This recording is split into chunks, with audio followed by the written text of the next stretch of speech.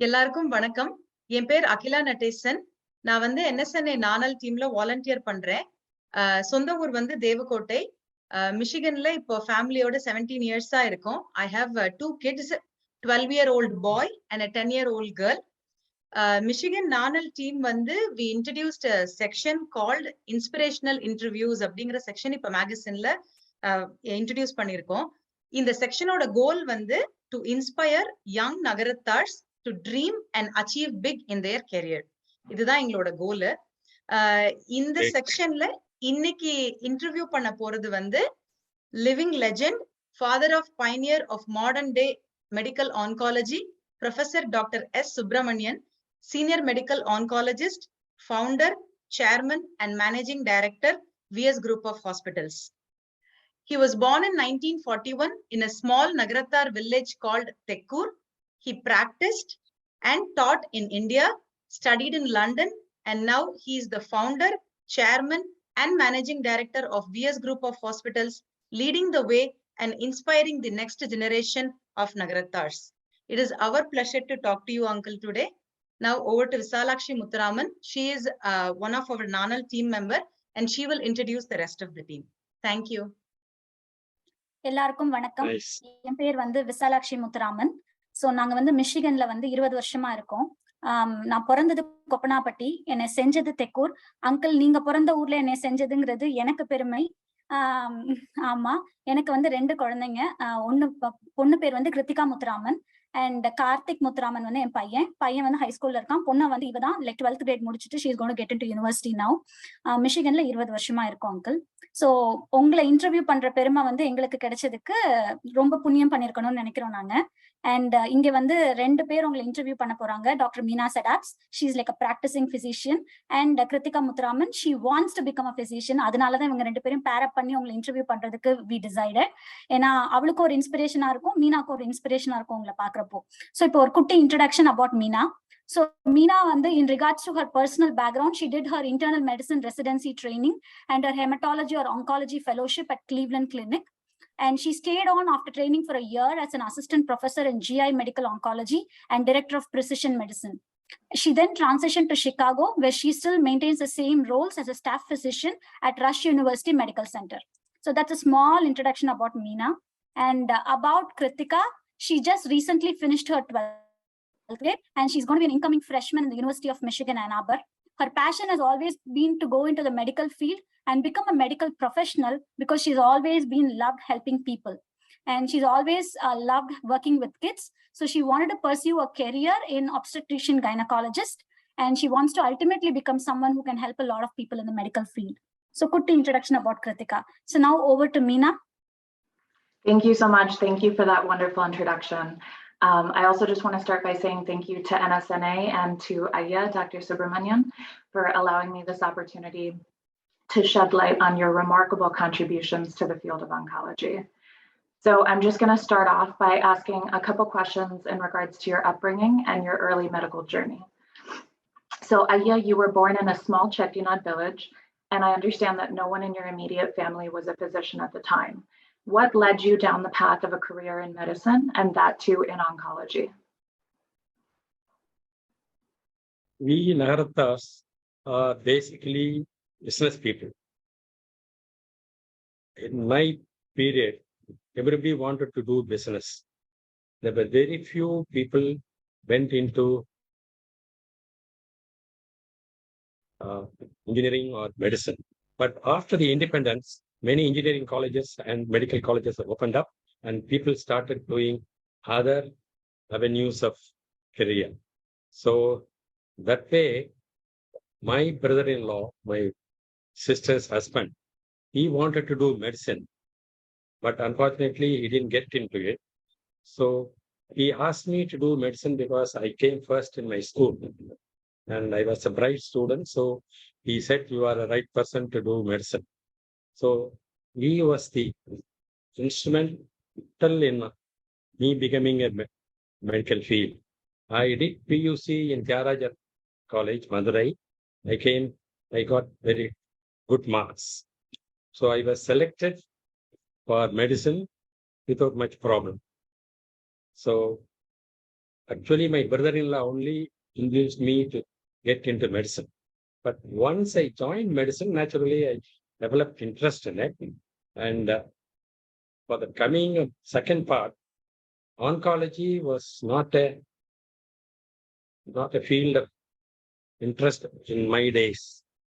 After my MD, that is postgraduate degree, I wanted to do cardiology. Those days, cardiology was the craze for everyone. That was in 60s.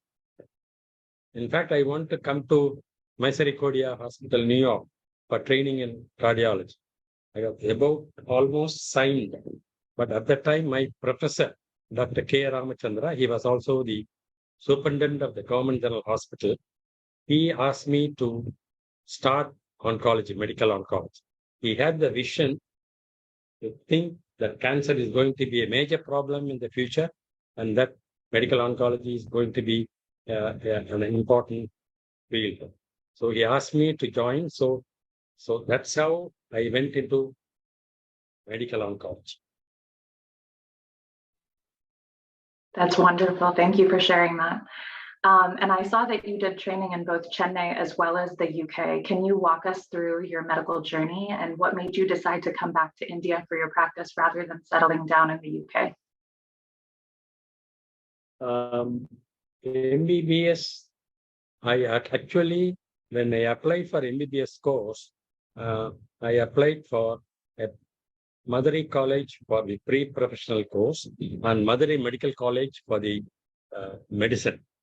But because of my high marks, the selection committee chose me to be posted in Madras Medical College. And Madras Medical College is the oldest medical college in India and one of the premier institutions of this part of the world. And because of that Madras Medical College, Madras has become a medical capital of India. It was started in 1835. So it was a privilege to be a student of Madras Medical College. So I did medicine there. I did very well. I got gold medal in anatomy and medicine. And I was selected for MD, that again in Madras Medical College.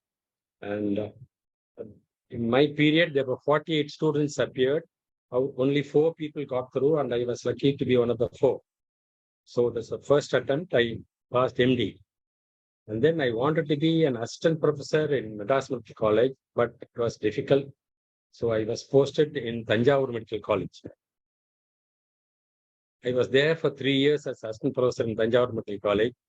At that time, my chief, Dr. K. Ramachandra, started the Department of Medical Oncology in Madras Medical College and asked me to take over. So I came back to Madras and started the Department of Medical Oncology. But then there was no teaching institution giving training in medical oncology. So we applied to the Government of India through the Colombo Plan. So I was selected for a fellowship program in Royal Marsden, UK. That happens to be the oldest cancer hospital in the world. Started in 1845. At the time, it was called Royal Marsden, the Royal Cancer Hospital. Later on, it was changed to Royal Marsden Hospital. I was there for 3 years. During that period, I did general medicine MRCP also. I came back after 3 years and started the Department of Medical Oncology, developed it into a postgraduate institution in 1996. I retired in 1999.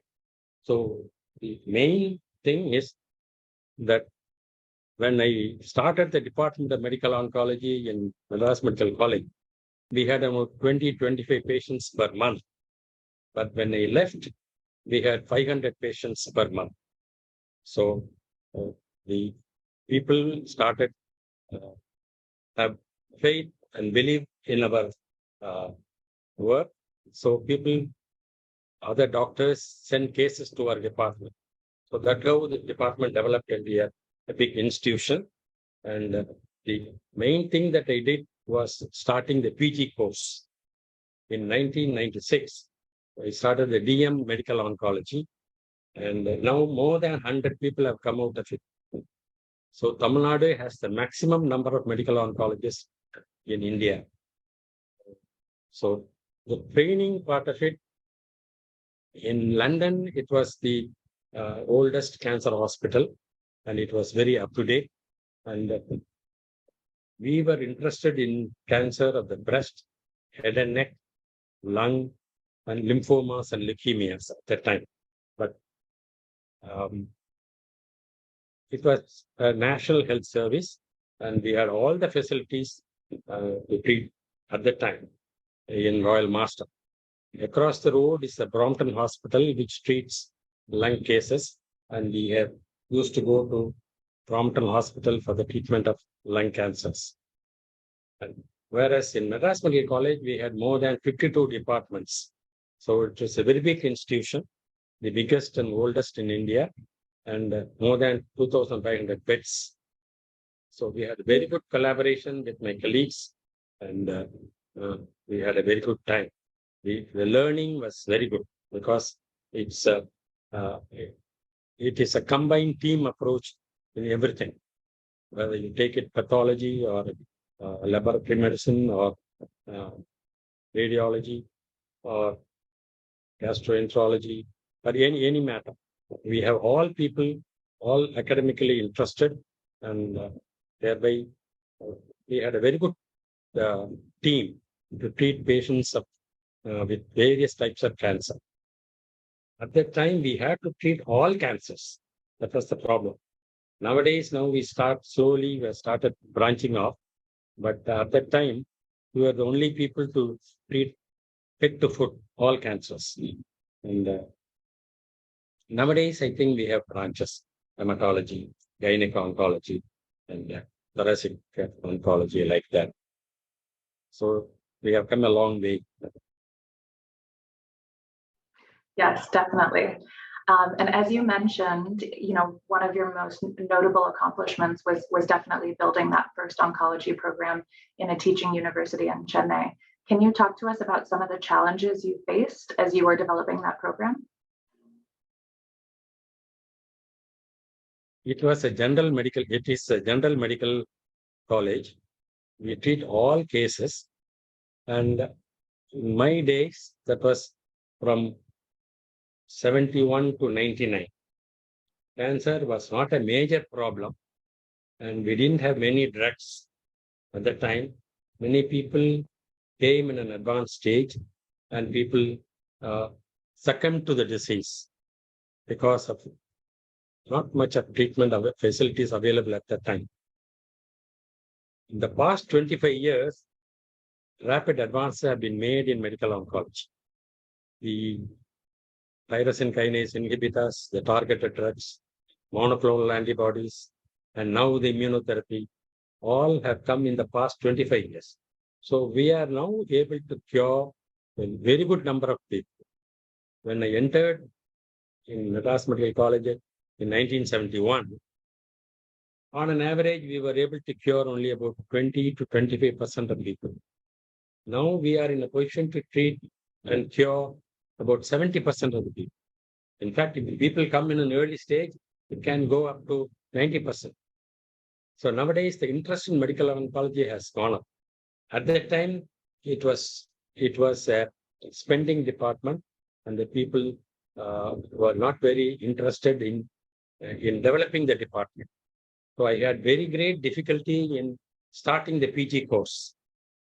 And one of my assistants left the department saying that I get depressed by treating the patients here because every other patient dies.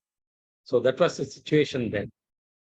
But we were hopeful that one day we can do service to these cancer patients. And even then, we were able to cure lymphomas, leukemias, and testicular tumors. So to some extent, we were able to do some good service to the people. So I impressed upon the management, the dean, and the director of medical education, the importance of starting a DM course in medical oncology. We have to share the funds between ourselves. Major portion of the money went to medicine, surgery, and cardiology. And later on, neurology, neurosurgery, gastroenterology, and nephrology developed. So our specialties were considered as a subspecialty, not a major specialty. So funds allocated to our department was very small.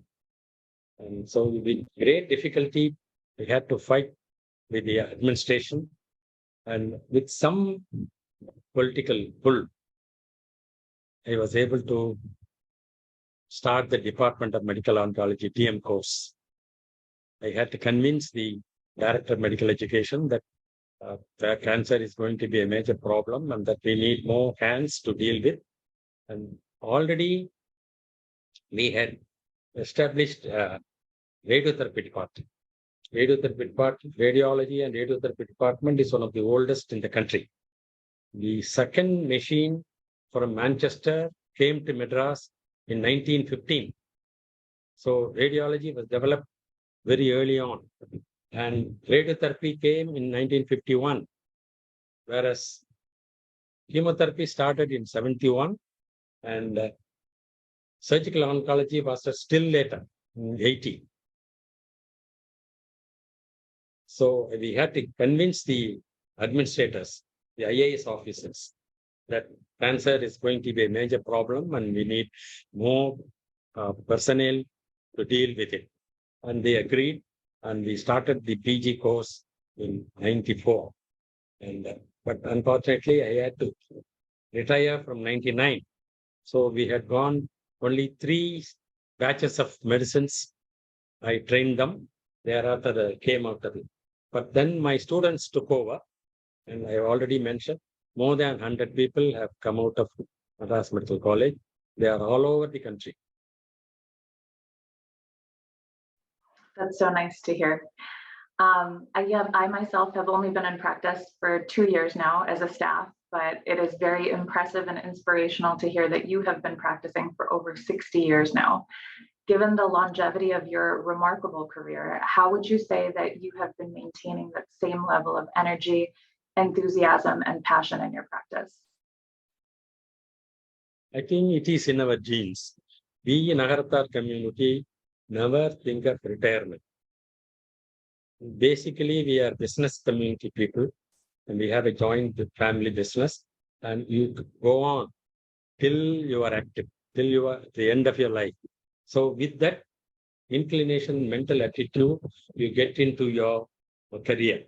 So that's how I entered medicine, and I never wanted to retire. And I took interest in medicine, and I took interest in oncology. And now we are seeing good results in treating patients with cancer, because there are so many opportunities. And with the advent of, I already mentioned the targeted drugs, the monoclonal antibodies, and the immunotherapy, we are doing really a good service, prolonging the lives of thousands of people. So that gives us satisfaction. So I still want to treat cancer patients because I am still active mentally and physically. Kind of playing off of that a little bit, what would you say is the most rewarding part of your field? 2 things. It's about service and about teaching. And as far as service is concerned, I have been treating cancer patients for the past 60 years. And first 30 years have been in government general hospital, treating the poor people. And that was definitely a satisfying experience. We may not have cured that many in the past, but now we are doing that.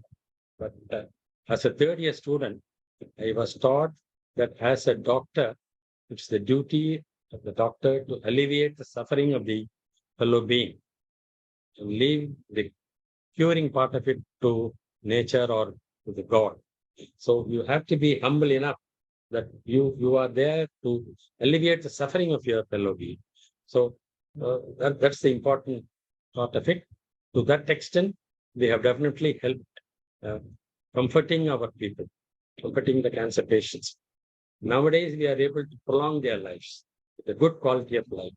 And many are definitely cured. And we have people coming with children. After their treatment, they are given birth to children and leading almost a normal life. So that is really a very satisfying experience.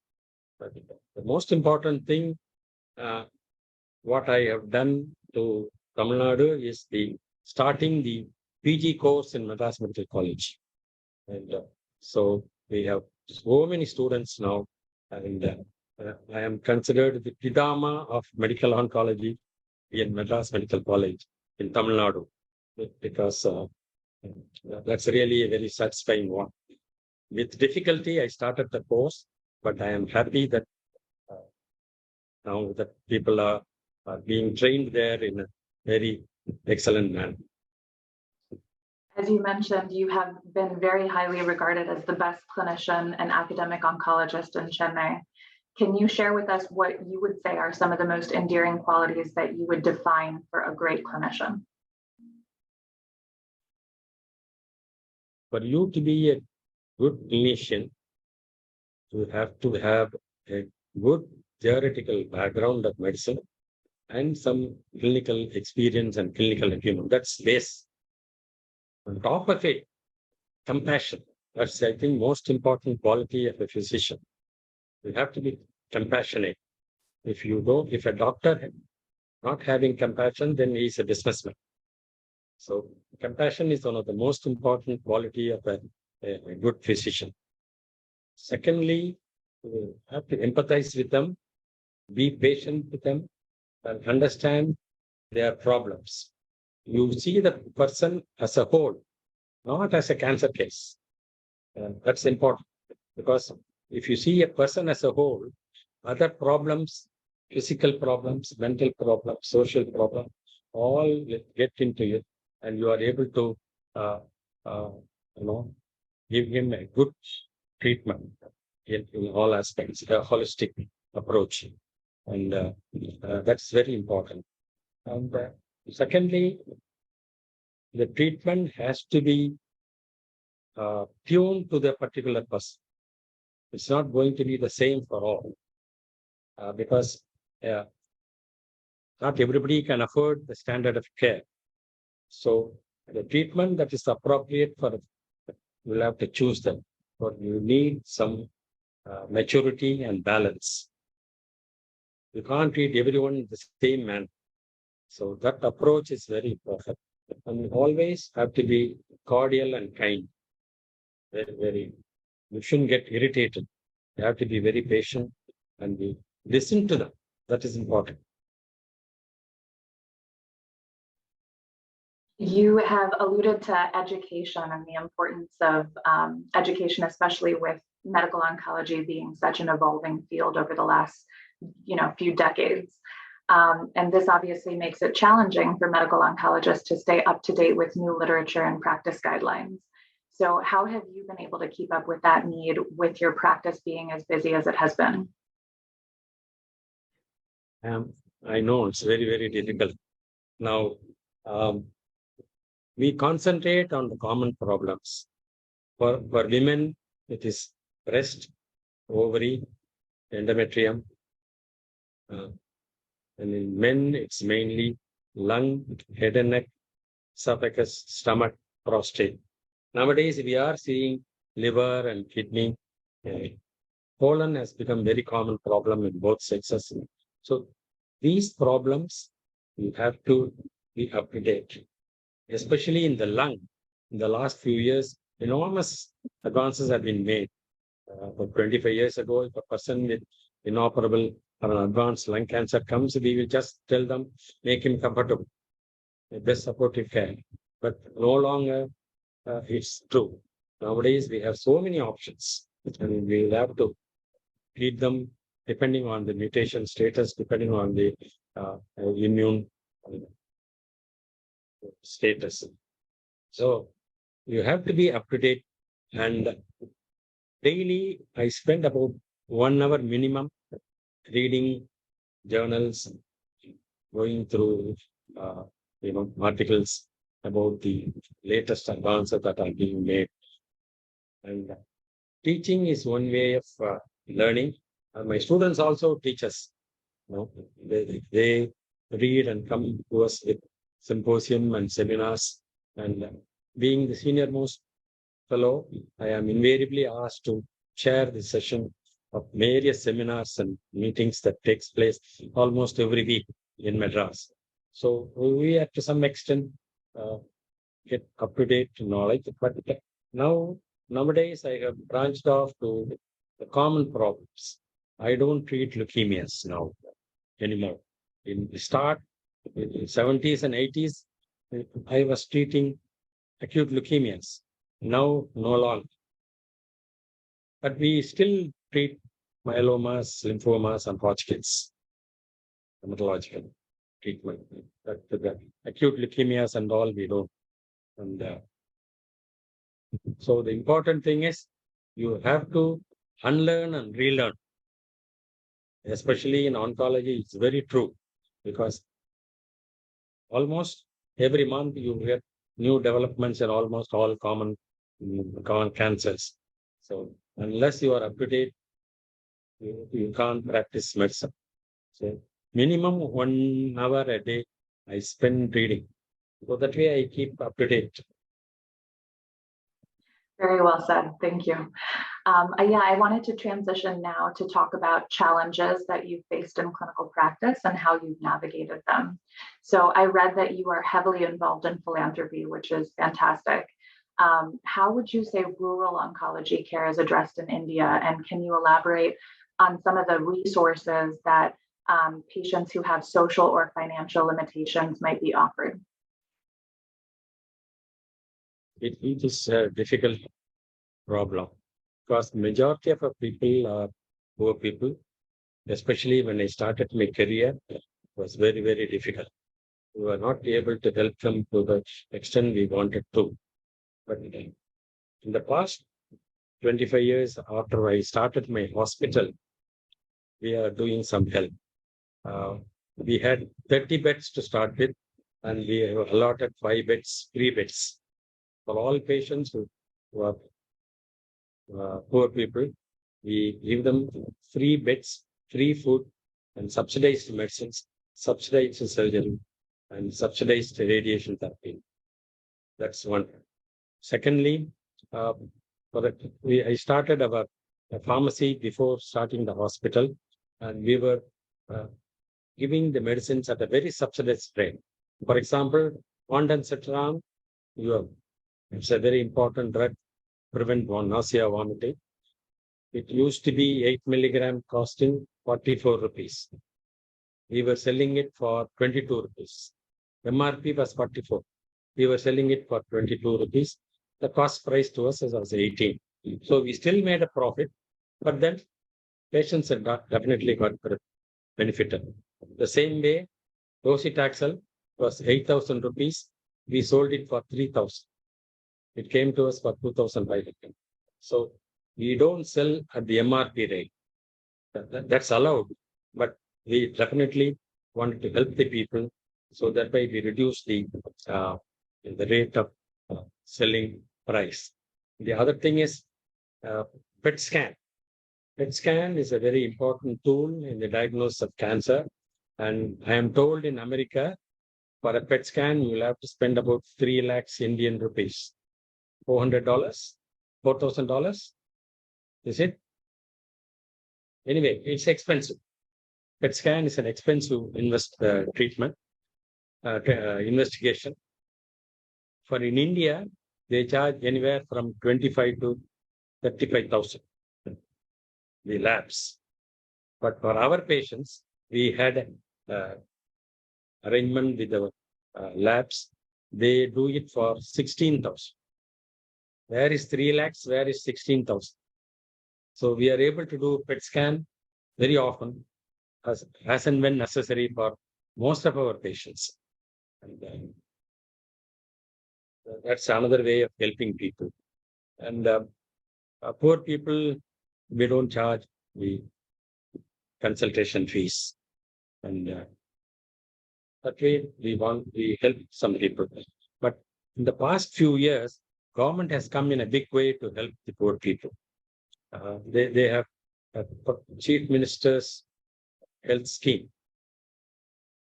Through that, people are given 5 lakhs every 2 hours, 2 years. They can take medical treatment in approved hospitals up to 5 lakhs level. Every 2 years, it can be renewed. So majority of the people are now getting this, what we call the CM medical scheme. So that is another definite help for the poor people.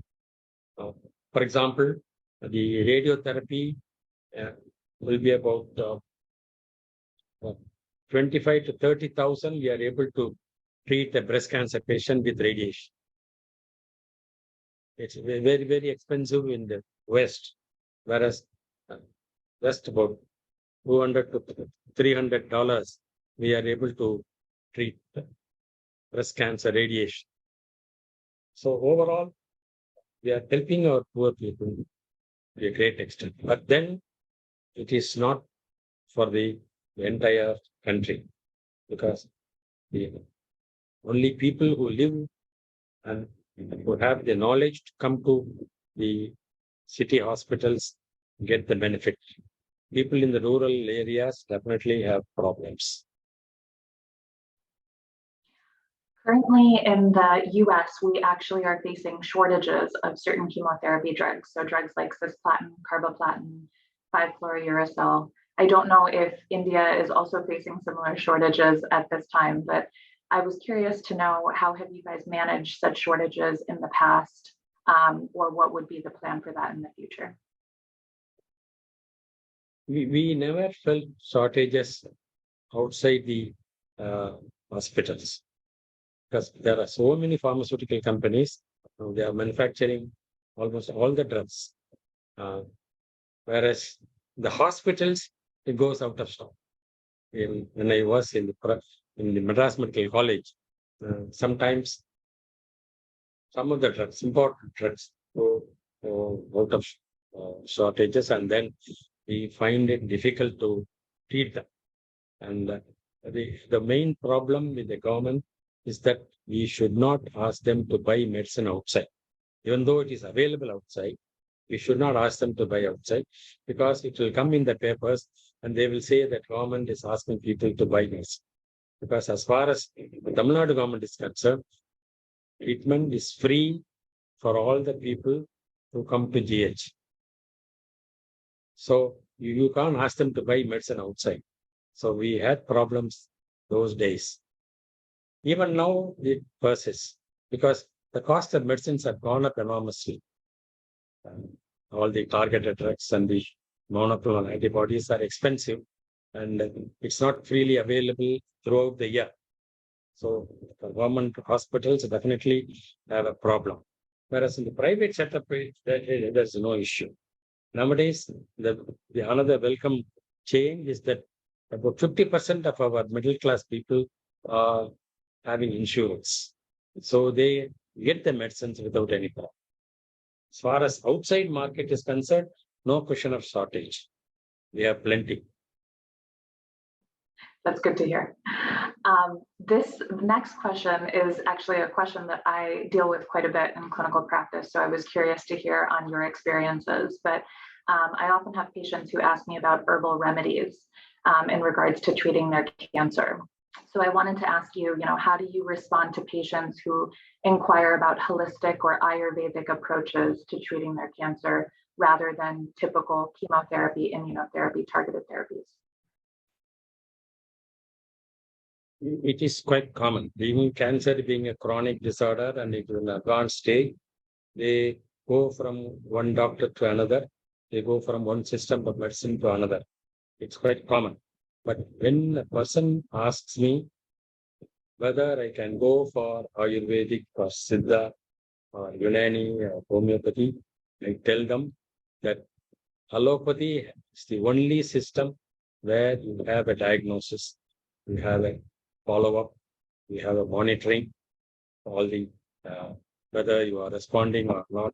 And I used to tell them that if I go to a Siddha doctor and tell him that I have got cancer, he will give me medicine. He won't have any idea of diagnosing my cancer. So don't go to other systems of medicine. And I tell them that in my long years of experience, not even a single proven case of cancer is being cured by other systems of medicine.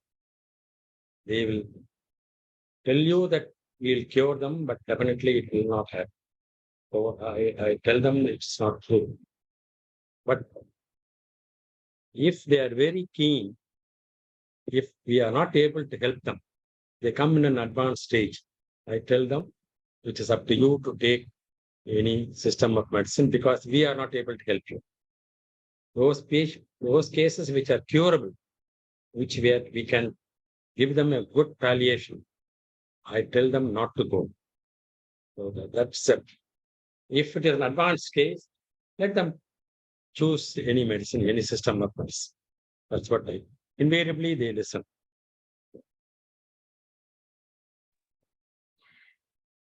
So as we all know, mental health has always been stigmatized in India. And with mental health playing such a crucial role in cancer care, especially for patients at the time of diagnosis or at times of disease progression, how would you say you've addressed this in your practice? Yes. Now, we are invariably frank. We tell them in the beginning itself, whether it is curable or we can only prolong the life or it's only going to be palliative. At the outset, we'll tell them. That's one thing. And still, our people are under the impression that cancer is an incurable disease. So they come with a feeling that whatever that is given to help them is more than sufficient. They don't expect cure when they come to us. But nowadays, the situation is changing. They know that we are able to cure a good number of people, and they come with an idea that it will be cured. In India, there is a general philosophy that you do your duty, don't expect the results. The karma is there to guide you, take you there. The Gita, the philosophy of Gita, everybody knows that you do the best and leave it to the rest to the God. Don't expect the results. So we tell them that we do the best to you and it's up to the God to treat you. In your case, you have come in a late stage. We are not able to cure you. So a person who comes to the world at some stage will have to leave the world. You are in a stage that we are not able to prolong your life and you have to accept that. You have to face the reality. We will make the person comfortable till the end. That's what we promise. We don't promise cure. Generally, they accept because they come with an idea that the patient has cancer. So it's only that much can be done for the patient. So they understand. So you kind of already touched on this, and this was my next question, but delivering bad news has always been challenging for physicians in general, not even just in oncology. So I was going to ask you, any advice on how you navigate goals of care discussions or transitioning patients to a more palliative hospice approach? Yeah, it's the same thing. At the outset itself, we'll tell them in a particular person whether he is going to be cured or not, or we can prolong only the life of all time. So we'll promise them that we will make them comfortable. That's the thing that we promise. We don't promise cure for all. at the outset, we'll tell them. Once a person gets into a terminal stage, then the family understands that the patient is sinking. At some stage, they will agree that what is best for the patient is to make them comfortable. But in general, it's a very difficult thing to discuss terminal events with the patient or with the relatives. It's a painful process. But, over a period of time, you talk to them, and slowly at some stage, they understand. So it will not come as a shock. Because slowly we prepare with each consultation. We tell them the situation and they start understanding. So it is a painful process. So people in India are often very hesitant to seek medical care in general. And I saw that you were very involved in spreading cancer awareness and, talking about the importance of cancer screening and prevention. So can you talk to us about the different methods that you have been able to successfully utilize with patients in India to increase this cancer awareness? Yes. Now, when I started this specialty, many people did not know about cancer chemotherapy. So I started going to all IMA, all over in Tamil Nadu, even Andhra Pradesh, even Bangalore, speaking to the family doctors about the role of chemotherapy, about the cancer awareness, the importance of screening. So I have gone almost all IMA meetings, and periodically, almost every month or two, I used to go and address them. And once we started the hospital, we have a doctor who went to schools and colleges, giving them a talk on the importance of screening, importance of awareness about cancer. And we addressed many corporate institutions about the importance of screening. And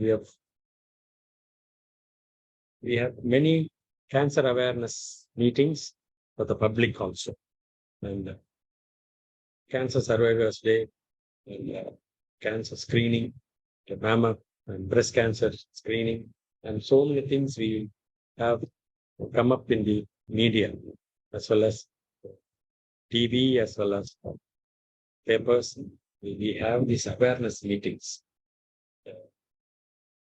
So my colleagues also go to many areas, especially big corporate institutions, where people are in the mid-40s and 50s. The importance of screening and cancer awareness and cancer prevention. In YouTube also, we have come up with many messages about the importance of cancer awareness and screening. You touched on IMA, and I know that you're also a member of various other prominent oncology organizations such as ESMO, ASCO, and ISMO.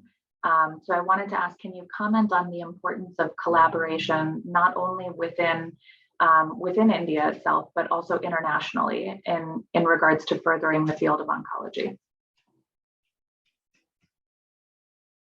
Yes. Now, the chances are not that many, but we have conducted combined trials with many Western oncologists, especially in head and neck, ovary, lung, and getting the newer drugs and newer facilities through them. But nowadays, after the corona, it has become very difficult. People are not coming to other cities, other areas. So we are not able to have any collaboration of late. But it is definitely a good thing that when you collaborate with a with Western institutions who get to know the newer things, because usually it takes at least 5 to 10 years for a new drug, for a new treatment modality to come to India. Whereas through this collaboration, we can have immediate practice changing methods for our patients. I think we'll have to explore that now that the corona has waned. Aya, thank you so much again for your time and for allowing us to hear about your inspirational career in medicine and oncology.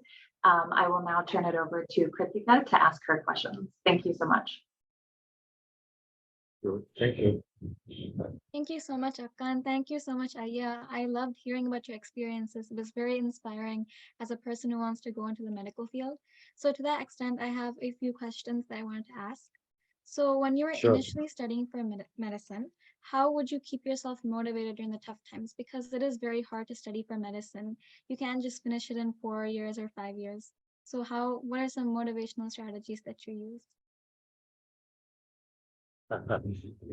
Well, I have been a studious student, and I get involved whenever I read any books.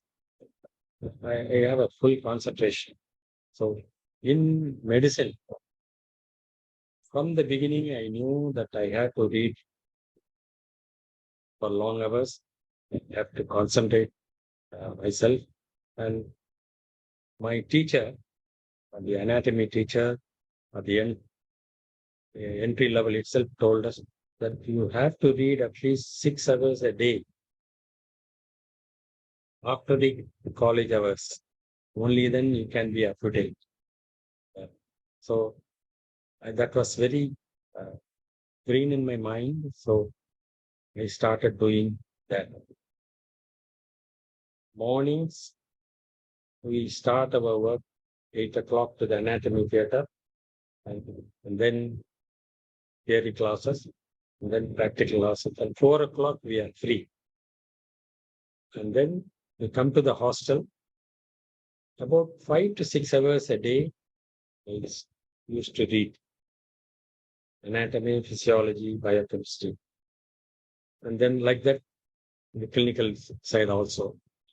So I think the important thing is that as a student, my memory was very good. Nowadays, it's gone. Not in the past, but as a student, when I read once, I remember. So that was easy for me to. So got interest development. I developed interest in medicine, and I read Gray's Anatomy. Not many people read Gray's Anatomy because it's a very voluminous.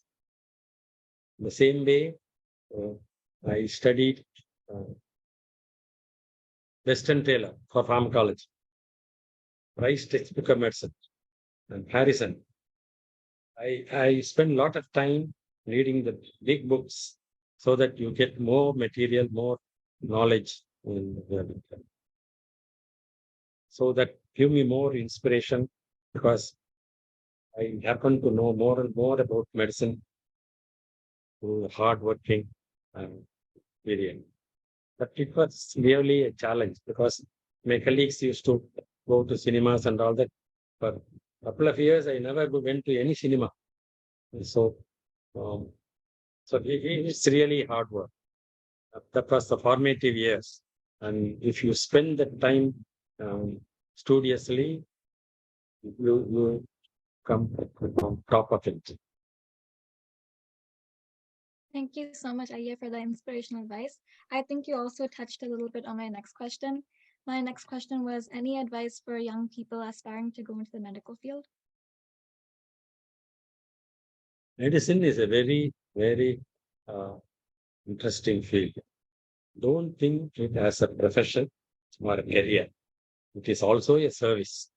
You should develop that mentality, because only few people are given the privilege and honor to help the fellow human being.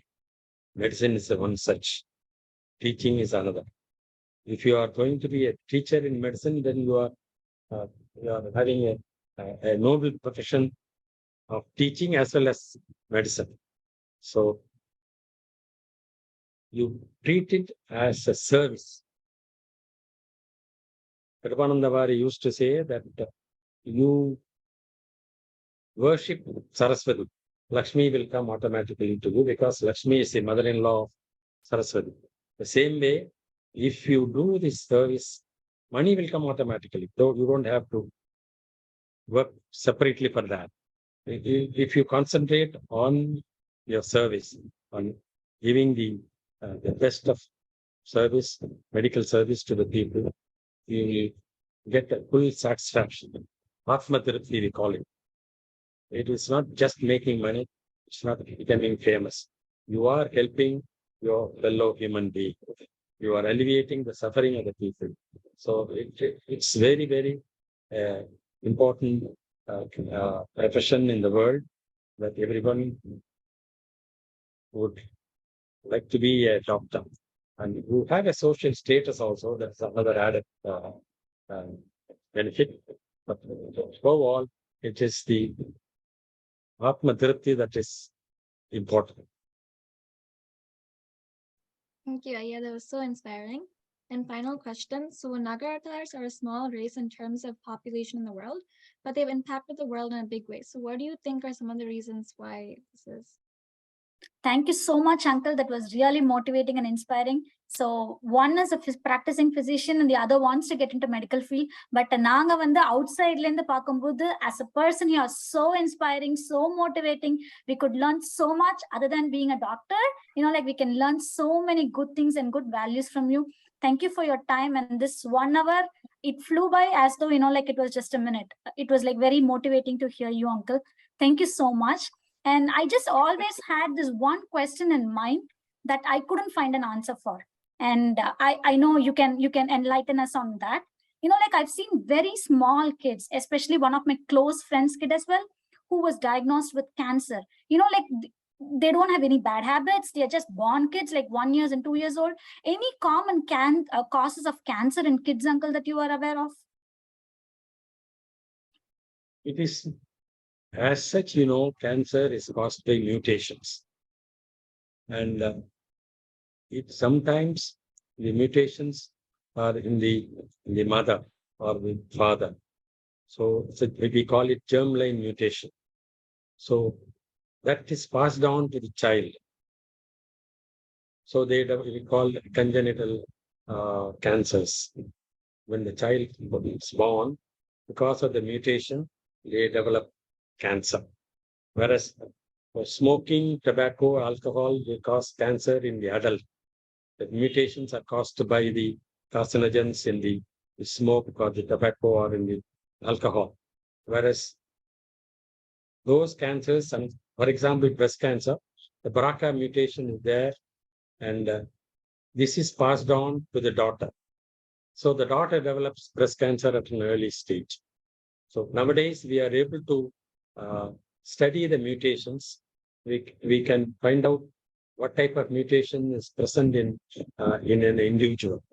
In 2004, the first genome project has given us the genomic details. So by studying this genome, we are able to find out who are all having what type of mutations. And if there is some way of preventing it, or there are ways of diagnosing it early by doing this mutation study. So BRCA mutation causes predominantly breast cancer, ovarian cancer. In men can cause prostate cancer and also pancreatic cancer in some. So this mutation can be detected by the blood test as well as from the tissues also. Thank you so much, Uncle. I got my answer, I think. Yeah, Akila, back to you. Thank you so much, Uncle. எனக்கு 2 question இருந்தது. ஒண்ணு வந்து இப்ப காமனா இருக்கிற ஒரு question. இன்னொன்னு வந்து உங்கள பத்தின ஒரு ஸ்பெசிபிக் கொஸ்டின். உங்கள பத்தின ஸ்பெசிபிக் கொஸ்டின் வந்து you worked so hard until 60 years. அந்த 1999ல I think you said you retired, right? Retire ஆனதுக்கு அப்புறமா people will think I want to sit and relax. அந்த மோட்ல இருந்து 62 இயர்ஸ்ல இவ்ளோ பெரிய ஒரு விஎஸ் ஹாஸ்பிட்டல் அப்படிங்கிற ஒரு விஷயத்த நீங்க ஓபன் பண்ணணும்னு நினைச்சதுக்கு காரணம் என்ன? என்ன டெம்ப்ட் பண்ணுச்சு உங்களை அந்த டெசிஷன் மேக் பண்ணி அந்த ஏஜ்ல இதை start பண்ணணுங்கிறதுக்கு? As long as I was in the government service, we were not supposed to start any business or any institution. You are attached to the government institution. That's it. You can have a consulting practice. Once I retired, I was doing consulting practice during my government service.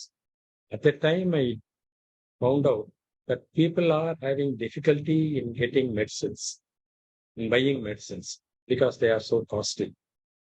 So once I retired, that was in 99 May, I started a pharmacy in September 99. There we started selling drugs at a much cheaper rate. Even though we could charge the MRP rate, we sold it at a much lower price so that patients are benefited. So I was doing private practice in many private hospitals, but I had a pharmacy of my own to help my patients. One of my patients, who was a builder, he told me, we are finding it difficult to get the rooms in the many hospitals which you are admitting your patients. Why don't you build a hospital of your own?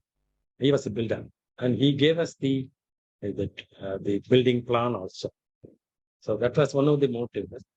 Then I thought, since we are able to help people with medication, why not we help people by doing a hospital service? So I bought a land next to my house, within a minute's walk. It's mainly for my children's house. But then I changed my mind. Then I started building the hospital. And then once we established, my two sons helped me to build the bigger ones. Now we are going in for another two projects, one in Tirunelveli, another in North Chennai. In North Chennai is the poor people part of the Madras. They are all lower middle class people. Half the population in Madras are in North Chennai. And not even a single private hospital in North Chennai. So we are now building a private hospital there, 120 beds. Not only cancer, for other diseases also. And that's one of my ambition from the beginning, to help the people in the North Chennai area. The daily routine or habits that could prevent cancer, like general advice, anything on a daily routine basis? Fruits and vegetables, you must eat plenty. Fried items, junk food, once in a while. Non-veg, once in a while. You can have milk, couple of tumblers, but milk products as far as possible avoid. Paneer, ghee, butter, ice creams, chocolates, as far as possible. Reduce the intake. And regular exercise, walking or jogging, depending on your age, regular exercise is very important. And body weight is very, very, because overweight causes breast cancer, pancreatic cancer, prostate cancer, colon cancer, besides cardiac disease and others. So you'll have to maintain your weight, very, very important.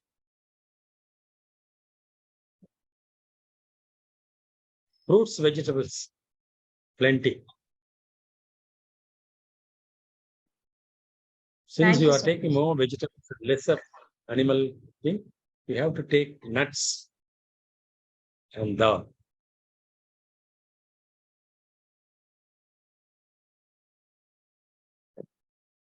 Okay. Thank you so much, uncle.